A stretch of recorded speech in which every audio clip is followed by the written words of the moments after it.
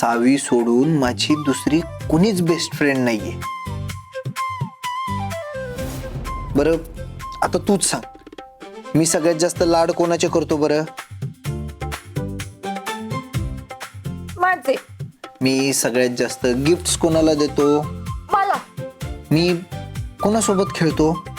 माझ्यासोबत. मग माझी बेस्ट फ्रेंड कोण आहे? मी. बरोबर. चला शेक हँड करा आता. असं नाही, मग असं.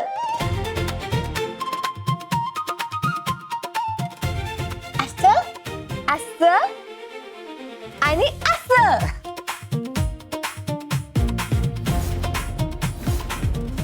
बरं आता आपली कट्टी नाहीये ना? नाही. परत आपण फ्रेंड्स झालो. मग मला ती चित्र बघू दे की.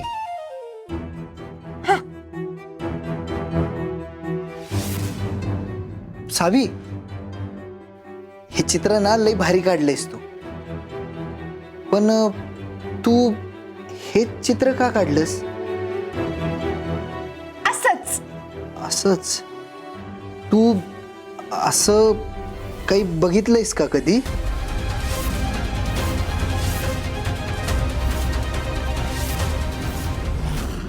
बोल की सावी, असं कधी काही बघितलंयस तू? तू तू खरंच माझा बेस्ट फ्रेंड आहेस ना? हो. येस. मी आर्याला सांगून आले. हा आर्या. सावी, आर्या. सावी अगं पण हे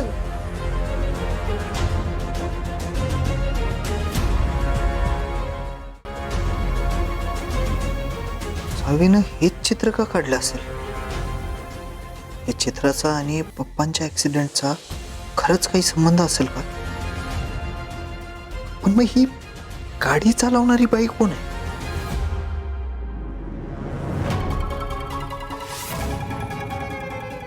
धैर्य नक्की कसला विचार करत असेल?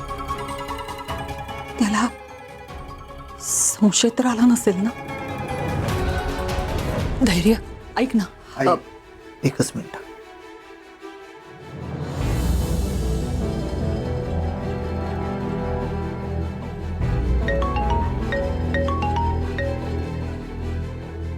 हॅलो धैर्य सर, आता तुम्हालाच कॉल करणार होतो. नाईक फॅमिलीकडे चौकशी केली आहे, पण असं कॉन्क्रीट काही हाती सापडलं नाही. बरं इन्स्पेक्टर साहेब, मला ना एक वेगळाच पॉइंट सापडलाय.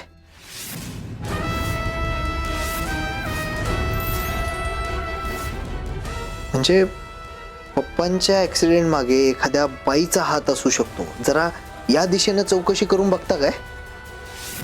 शुअर, बट तुम्हाला असा संशय कशामुळे आलाय? ते मी तुम्हाला भेटल्यावर सविस्तरच सांगतो.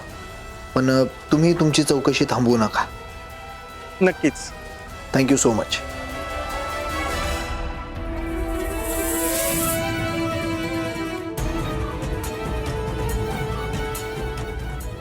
बाई, धैर्य काय चाललंय तुझं? म्हणजे सावीने फक्त एक चित्र काढलंय, त्याच्यावर तू एवढे काय अंदाज बांधतोयस? माहितीये ना, लहान मुलीसारखं मन झालंय तिचं. चित्राला तू एवढं सिरियसली घ्यायची गरज नाहीये. बरोबर आहे आई तुझं. पण आता मनात शंका आलीच आहे, तर त्या हिशोबानं जरा चौकशी झाली तर काय हरकत आहे? जर खरंच तसं काही असलं तर पोलिसांना काही ना काहीतरी सापडेलच. आणि जर नाही सापडलं तर त्यांची जशी चौकशी सुरू आहे तशी चालू राहील. पप्पांच्या ऍक्सिडेंट मागचं सत्य काय ते कळायलाच पाहिजे. त्यांना न्याय मिळायलाच पाहिजे. आणि तो जोपर्यंत मिळत नाही तोपर्यंत मी शांत बसणार नाही.